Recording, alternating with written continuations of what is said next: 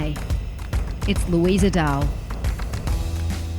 And welcome to the Interactive Minds podcast, where I talk with passionate marketers, innovators, and digital leaders about their specific recipes for success.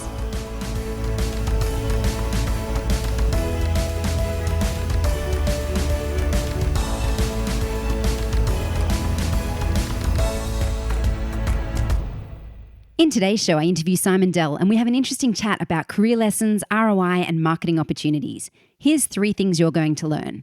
1, the rule of thumb for calculating ROI that Simon uses. 2, why every marketer needs to understand finance. And 3, Simon's 3 big learnings that he's implementing in his current business, which came from some earlier career mistakes. Let's get into it. Our guest today is Simon Dell, an experienced marketer and business owner who's been in the industry over 20 years. During this time, he founded and ran 2 Cents Group, a full-service agency, and he's worked in multiple head of digital roles. And now he's running Paper Planes, a marketing consultancy. We look forward to hearing more about all of that. Welcome to the show, Simon. Thank you very much for having me on. You're welcome. And another professional with 20 years plus in the industry. It's great for us to be able to get together and reminisce a little bit. Yeah, it's scary that it's 20 years. I know it is. I think I'm going to cap it at 20 years. Makes me want to cry slightly. But, yeah. So you've had a varied career over these years. Give us the highlights. What does that look like when you look back on it?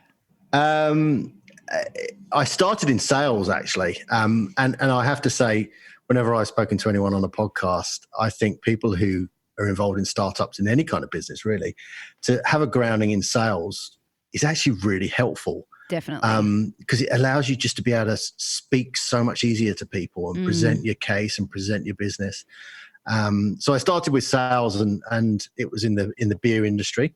And often people think that that's the easiest job in the world, selling beer. And to a degree it is. But I started in Southeast London, going to sort of visit some of the roughest pubs in some rough parts of Southeast London, trying to convince them to buy my beer instead of someone else's beer. So, that hardens you up pretty quickly. Yeah, I bet. But that was kind of where my career took me to work in sales for Lion Nathan, for Forex over at the brewery in Brisbane. Nice. And there I got the opportunity to move into a marketing role. And worked on some of the brands there, Forex, Tui's, Heineken, some really big names. Did you know that you were going to get into marketing? Was that kind of the aim, or did it just happen that way? No, it was just like a job came up internally and I kind of went, oh, that would be good. And someone said, it's yours if you want it. And I ended up doing it. And the rest is history. That was kind of, yeah, absolutely. And I think probably my biggest not failure, disappointment, but something like that. My biggest thing that I regret probably was that I was actually offered the opportunity to go to Sydney and join their team down there and in the brands, actually the brands department down in Sydney. And for some unbeknown reason, I still look back onto this day and turn that down. And I'm so have you stayed in Brisbane then throughout your career from there? Yes. Yeah. I was here with my wife at the time, and it was, I wish I'd gone down there to do that, because they had some fantastic brands. They still do have some fantastic brands, and it would have been a great experience working on them. Yeah, definitely. No doubt you do plenty of travel now though. So skipping through a little bit to, I suppose, maybe when you founded 2 Cents Group, tell us a bit around kind of what you've been doing since then. So I ran 2 Cents for 6 years, and I always say to people I ran it badly, and I'm it takes some time to admit that. Nobody wants to sit there and say I didn't do a very good job, but I look back on it now and say I didn't do a very good job. There were parts of the business that we did really well, and there were parts of the business that I did pretty badly. We're going to come back to that, because I think that's really interesting, and I think learnings are something that we can all grow from. So we'll come back and delve into that in a moment. And I came out of that, and I just went out and worked on my own, just as a consultant, and I thought I'd stick in the digital space because I'd been learning a lot about it. I did that for about a year, and then I met Matt Clarkson through a mutual friend. We were introduced, and he was doing something similar to what I was doing, and we kind of put our heads together, and we're very, very different personalities, me and him, and we worked really well together and ended up founding what became Paper Planes in the end. Yeah, awesome. And how long has Paper Planes been going now? It'll be 2 years next month. yeah, it's been, and then we've got an evolution of the business model that we're going to work towards sort of start of the next financial year. So that's pretty exciting as well. So what does Paper Planes offer now to the market? We just focus on digital marketing. Our real goal is to work with clients who are looking for growth. And I know that's kind of a bit of a broad word, but we want to find clients that want to grow and want to grow in the digital space. And we do that with, we build a strategy for them. We then sort of hold their hand as we go through executing that strategy. And that could be a couple of months. It could be 2 years. And then what that kind of boils down to do is things like, marketing automation implementation, Google Ads, search engine optimization, anything in a digital space that, they need to grow their business, really. Yeah. And after your experience at 2 Cents Group, what are you doing differently now? I guess leading back to, why did you think you ran it badly in hindsight there? And what are the practical elements that have changed because of it? Two things that jump straight to mind is staffing. For some unbeknown reason, when I ran 2 Cents, I had this desire to have a massive team. It kind of felt like, and I think this is true for a lot of people, that number of staff equals success. Yeah. So if you have a business with 20, 30, 40 staff, you're successful. If you have a business with 3 or 4 staff, you're not successful. And I kind of had that weird thing in my head that, that's what I needed to do. Yeah. So I kept bringing on staff when we didn't necessarily have the volume of work for them. Yeah. And the work was, as most, a lot of agency owners out there would know, the work was very lumpy. You could have a good month where you do 6 figures, and then you'd have another month where you trouble scraping in half of that. Yeah. And that's cash flow then becomes a massive challenge. Definitely. So we've kind of, this time round, we've managed the financial side of things so much better. And that's largely Matt's input, but also me forcing myself to go out there and learn everything I needed to learn about that, so that I didn't kind of end up in the same situation again. Yeah. Yeah. And the second thing we probably focus on now is trying to say to clients, if you want to work with us, we do it on a retainer basis. And I know retainers are horrible words to some people out there, but we present pretty good value in terms of how we present a retainer. Yeah. And make it very clear what we're going to do for that, make it very clear how involved we are, what they get for that, so that there's absolute transparency. And that's, that's really helped us just do it so much different than I did the first time around. Yeah. Yeah. Well, it's great that you can, I suppose, look back in hindsight and see those things that you want to change and then actually go through and implement it. That must be, feel good in a way itself. Yeah. Yeah, it does. And I think probably the other key thing is working with people who are, who complement you, who Yes. are, fill perhaps the gaps in your skill set that you don't have. Whereas in the past, I've tended to be attracted to people to work with who are similar to me. Yep. All the big ideas and, that kind of thing. Whereas Matt's a little bit more, grounded, sensible, practical, in complete contrast to me. Yeah. He's laughing over in the background there, but yeah. That's been a massive difference for us. Yeah. And look, I think what you're saying here, it's not exclusive to people running businesses either. I mean, those elements, the staffing, understanding the financial elements and working with people who complement you are good tips for anyone who's working and building a team.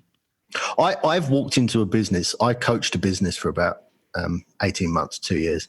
And I walked in and it was three directors, a great bunch of guys, very passionate, very good at what they did. And in 10 years, they hadn't read a P&L. Wow.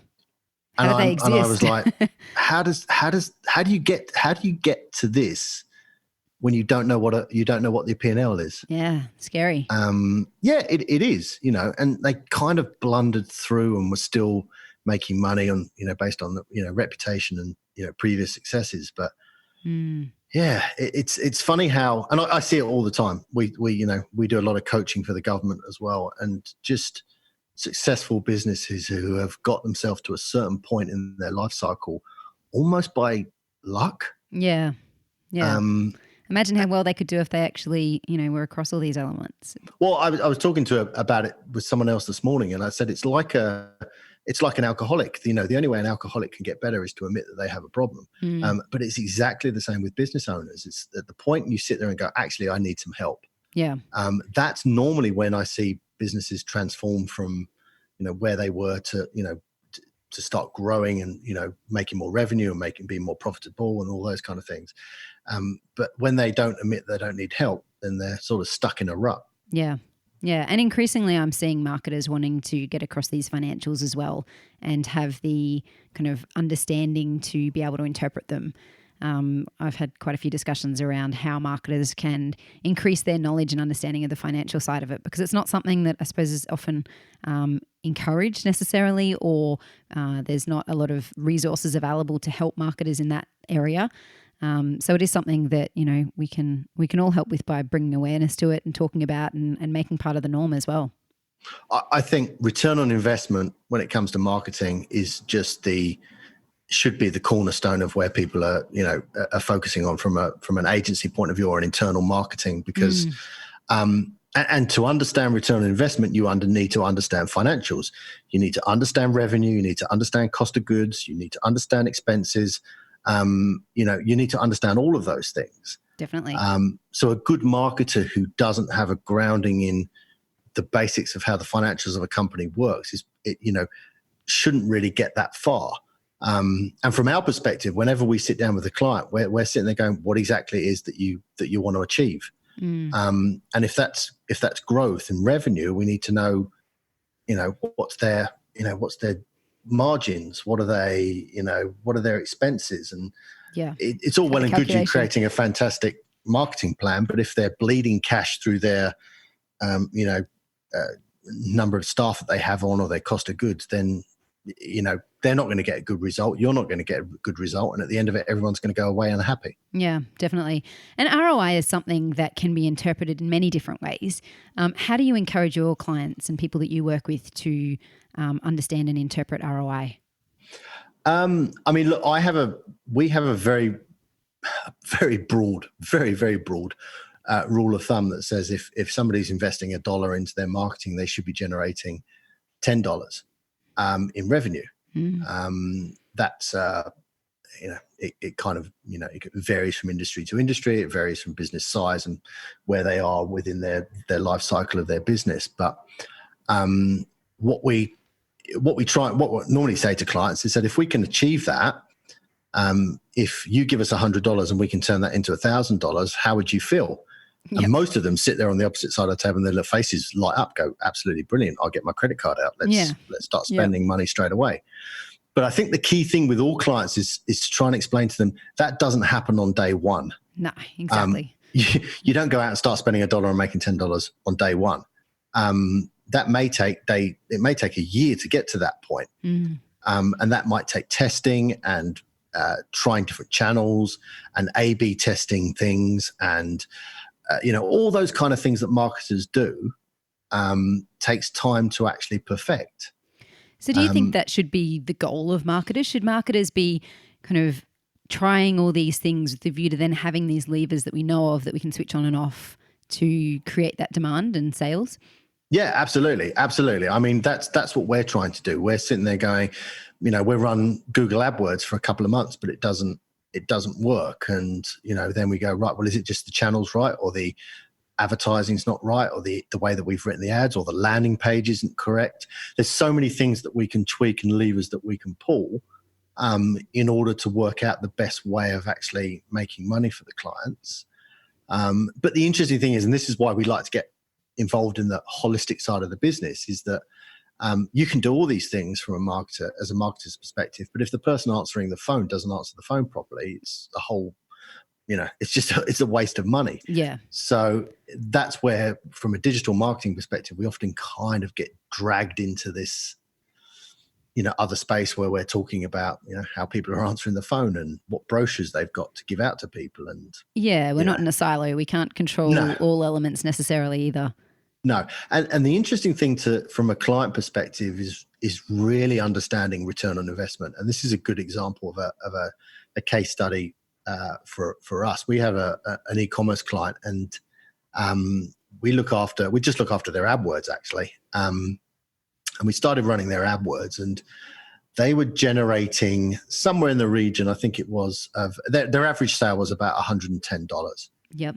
And they were generating a cost per acquisition of about $50, $40 to $50. Wow. Now, when you look at that in context, you go, that's not great, because whilst her margins were good, you still go, that's probably not a sustainable business model, spending $40 to make $110. No. Because maybe Google bumps it up, it becomes a bit more expensive. Maybe, the total cost per transaction is less, or whatever. It's not great. It doesn't leave you a lot of margin for, the rest of your business. No. But we then went away to her and said, but what's your customer lifetime value? How much are these people spending long term?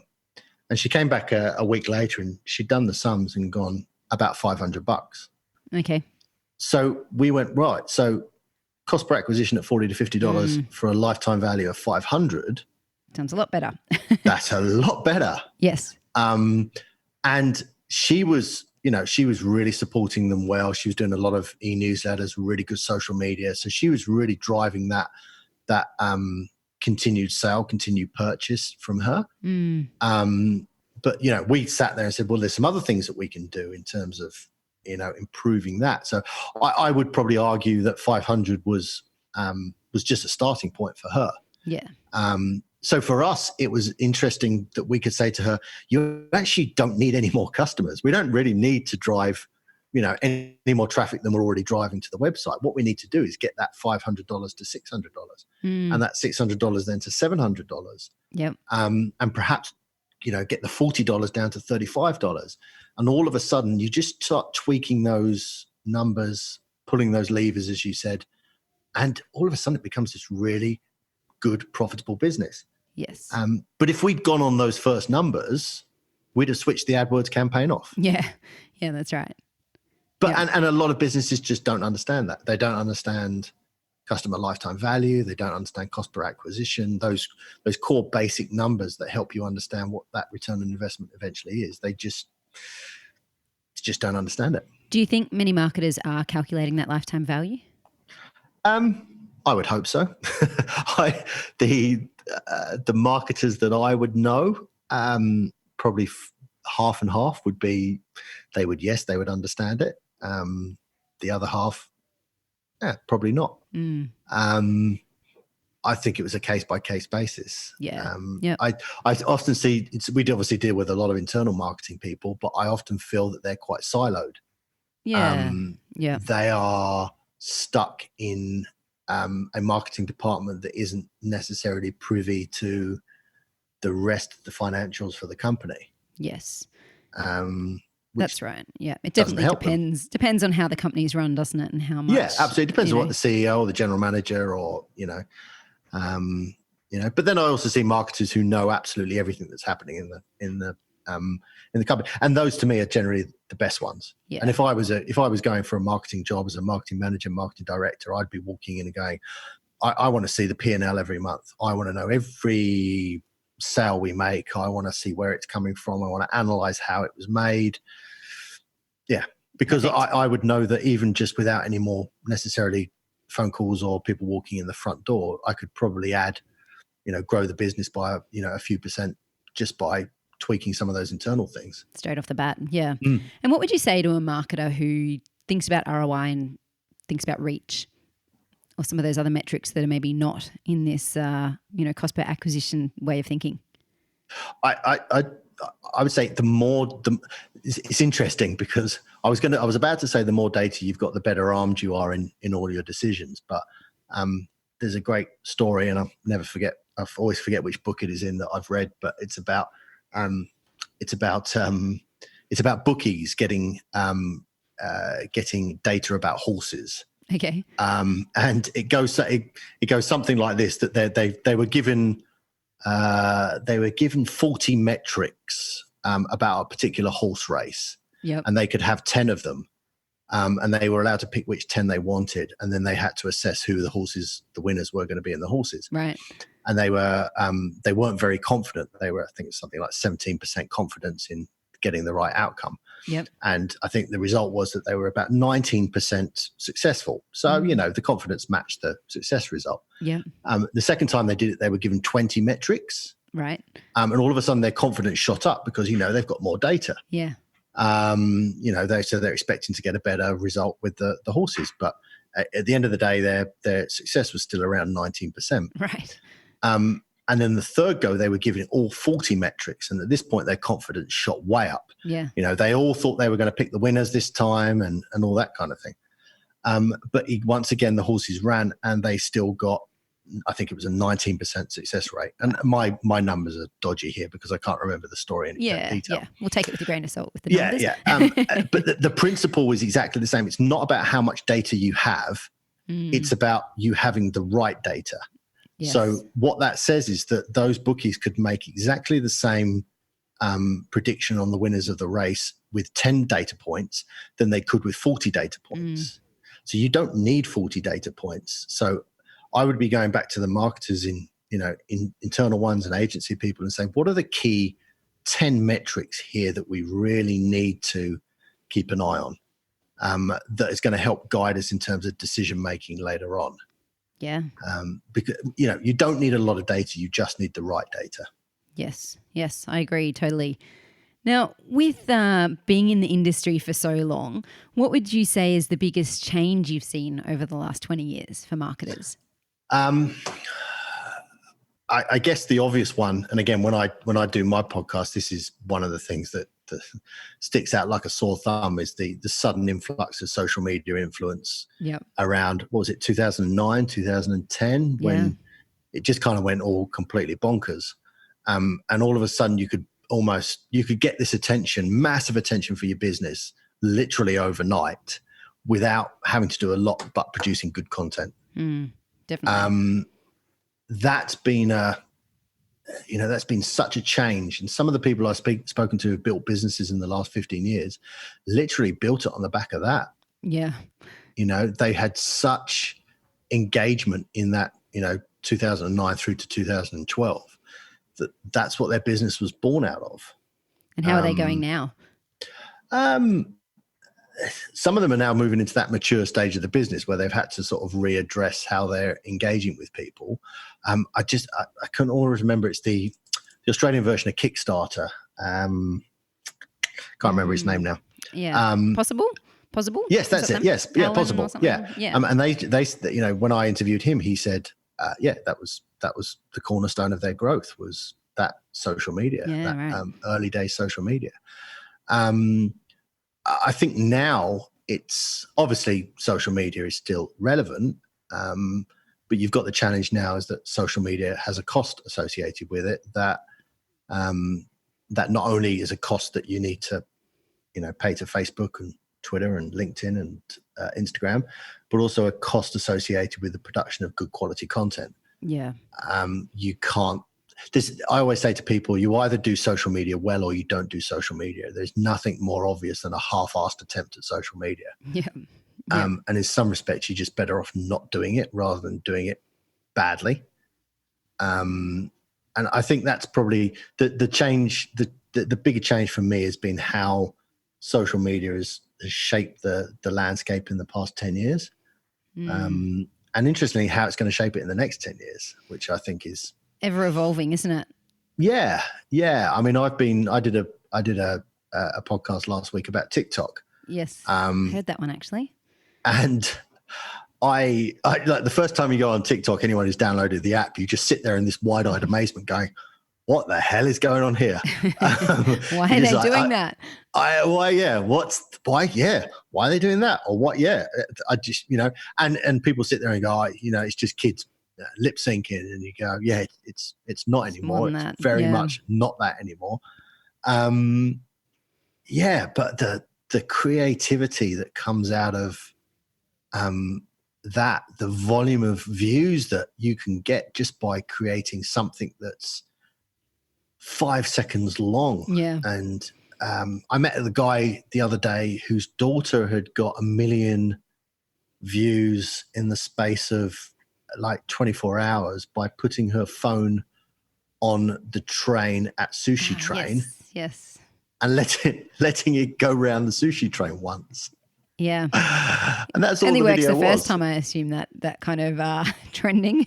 Yeah. I'm like, he was like, she didn't understand it. He didn't understand it. But all of a sudden she's had an audience that, some TV shows would be pleased to have. Yeah. Yeah, that's right. Albeit for, a minute. Well, yeah, absolutely. Yeah. But it's amazing how, some of them have sort of launched really, really big content careers on the back of, short videos like that. It's, and it's, I'm fascinated to see sort of where social media moves to next. I think there's a massive, massive privacy problem with Facebook. I don't think people trust those platforms anymore. It's going to be interesting, especially from businesses' point of view. Yeah, definitely. And when you work with people, what do you think are the biggest challenges that marketers are facing when they're doing their jobs? I think number one, I mean, I know we've spoken about this already, but proving that return on investment, explaining to them how if they do this, this is what's going to happen. And often that's not a straight line from A to B. That's often a line from A to Z that goes through, 24 other letters in the process. Yeah. It's about explaining to them that they're not the target market. I had that with a client 3-4 weeks ago, and he's going, "Why am I not seeing my ad?" Yeah, and I said to him, "How old are you?" And he's in his late 30s. And I went, "That's why, because I've only set it so anybody under 30 can see it." Yeah, that's right. And he's like, "Oh, right, okay." And that was quite hit him home. He was like, "Oh, yeah, I'm not under 30 anymore." So, I think it's the biggest challenge we have is sort of explaining to clients that the thing that we often see is clients have got to that certain point in the life cycle business through their own contacts, their own network, and really good service. And all of a sudden, then they're faced with this prospect of trying to attract new business who doesn't know who they are. Yes. And doing it by using the knowledge that's in their head or the skills that they have. And some of them, a lot of these business people are quite introverts. They go, "I've now got to actually, get out there and face the general public with my business. It's not, if I want to turn it into something, I'm actually going to have to, take a plunge." Yeah. Put yourself out there a bit more. Yeah, and I think probably and I harp on about this whenever I do my coaching sessions, because it's perhaps one of the most important lessons that I've learned in the last 2 years is that I see 90%, 95% of business owners that I meet have got a job and they don't have a business. Yes. Now, I look at someone like yourself. You have probably got your organization systemized to within an nth of a degree. Is it that obvious that I'm a planner? And whilst it is still quite reliant on you and your personality, you could probably devolve yourself from the business quite easily within a short space of time. And the thing could still run in the background, making money and being successful. Maybe. But sorry? Maybe. I'd have confidence. I'd have confidence that it would do. But the amount of businesses that aren't like that, they just have a nice job. Yeah. They've created themselves a nice job. Yeah. And haven't really thought about what would happen if they weren't in it. Yep. Definitely. That's a big challenge for them when they learn that and when they understand that, because as I say, it comes back to that understanding you have a problem. Yeah. thing. Yeah, definitely. All right, I'm getting to the end of my question list here, but I do have one around opportunities. Where do you see the opportunities for marketers right now? Oh God, that's an interesting one. Yeah, just crystal ball it a little bit for us, hey? Look, I think to me it will always be about it will always be about producing good quality content. Yep. I think this sounds like this is this thing that people have been saying for the past 5 years, but I think it's about using video and video better. I actually think one of the things that a lot of marketers tend to ignore is the idea of meeting potential customers face to face. Yes. I say to a lot of clients, are there exhibitions, are there conferences, are there things that you can go to where you can meet a lot of people in a very short space of time? Get them to meet you, get your message across, get your business card in people's hands, things like that. And this is perhaps one of the best marketing stories I've heard in the last few months. Was a guy who was in the security industry, and I won't go into any more than that because he'll probably have me killed if I tell anybody else. But he'd created his own national conference. Yeah, right. And he'd created it and branded it as a separate thing. But he ran it every year, and he invited all of his customers, or at least all of his potential customers, to this conference every year under the guise and illusion that it was an independent conference. Right. When it wasn't, it was run by him. Yeah. But of course, they didn't really care because they came along, they had a good time, they learned some stuff, they networked with the rest of their industry. He'd been doing that for 3 years and had cornered 80% of the business, 80% of the marketplace in Australia. Yeah. I think the opportunities for marketers moving forward is one that I think I could have said this back in 2009 and said it in 2020 is you need to think of these ideas and be bold to actually go out and do them. Yes. There's probably people sitting there going, well, we could do a conference, we could, but you actually then have to execute it. Yeah. 90% of the success is execution. Everyone's sitting there with a good idea, but it's the ones that succeed are the ones that actually execute it. So true. So true. Great quote. All right. Well, let's talk a little bit around, just as we wrap up, how you work. I know that prioritization and being efficient in the ways in which we work are some of the keys to actually, achieving things as we work. Is there anything you do that you think is special or different around how you organize your calendar, your inbox, your email, any of those elements? Probably one of the things that Matt has been beating me with a stick for in the past, 12 months is about using the tools that we have better. Yes. So we use Asana in terms of project management. He is harping on to me every day about making sure things are in Asana. But for us, it's about process. And that's actually something we started on yesterday. We sat there and went, what is the process for requesting access to a Facebook page? Yeah. Now, I know how to do it. Matt knows how to do it. Guy knows how to do it. Rebecca knows how to do it. Sarah knows how to do it, but nobody has ever written it down. Yeah. So now we're sitting there going, right, well, we need to write this stuff down. We've just recently done this actually in our organization, and I love it because it's so handy, but we use Loom.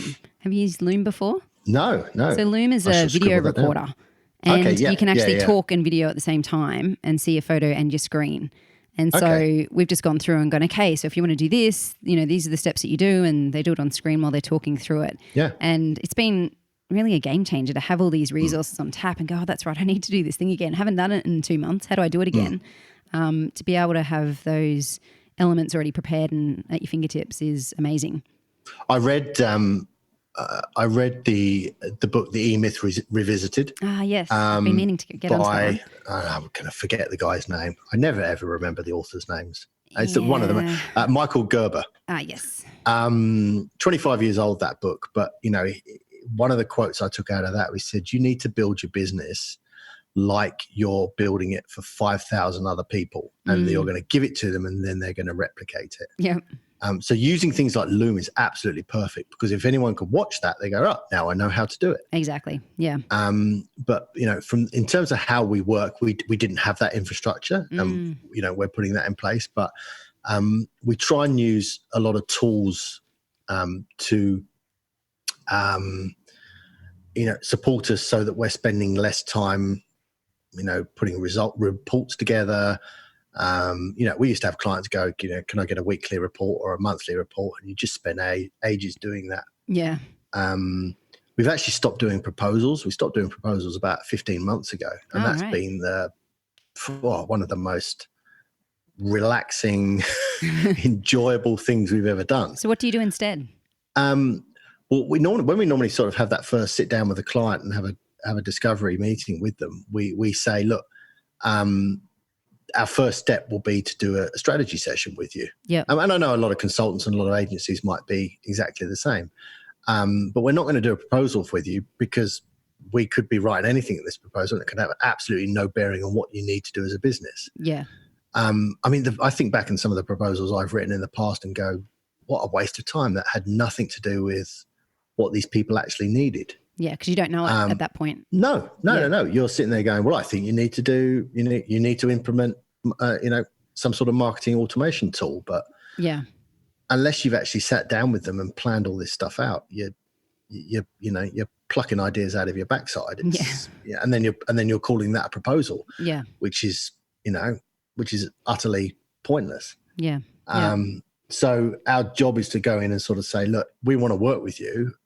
We'll do the strategy session first. If you don't want to work with us after that, that's absolutely fine. But we start with this session, and then we go on from there. So, and largely, I would probably say 95% of the time, that hasn't held us back in terms of winning a client. Great. I'm sure we have lost a client somewhere along the line because we didn't do a proposal, but I also go, did I really want that client then? Yeah, that's right.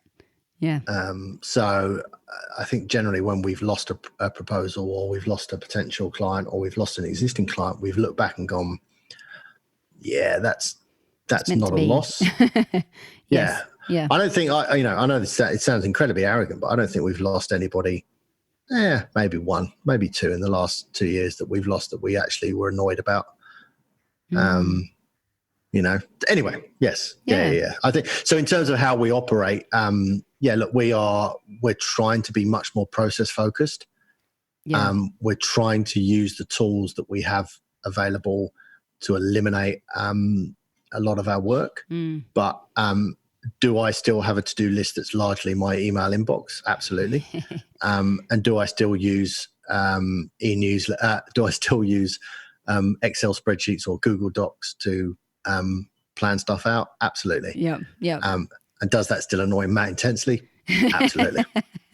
It's hard, isn't it? Because everyone likes to work in different ways and we all have our own preferences, and it's a very personal element to how we work as well. Yeah, absolutely.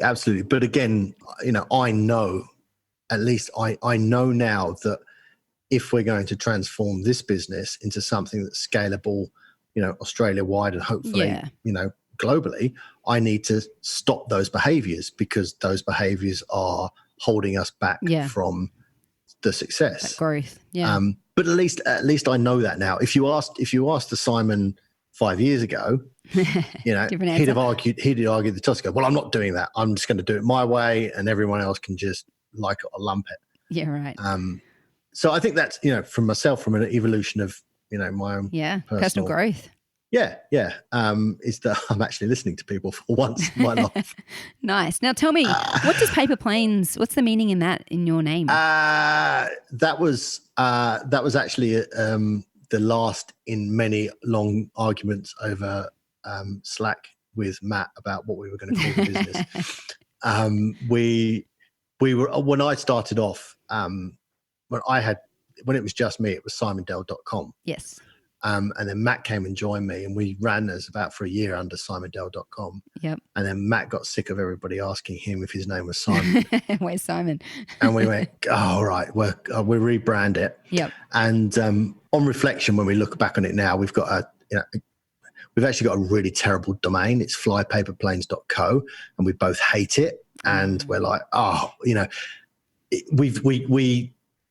we ended up we ended up a lot of the stuff I've named in terms of businesses has come from a music background. So Paper Planes was actually from the MIA song Paper Planes, and I was listening to it at the time, and I went, "Why don't we call ourselves Paper Planes?"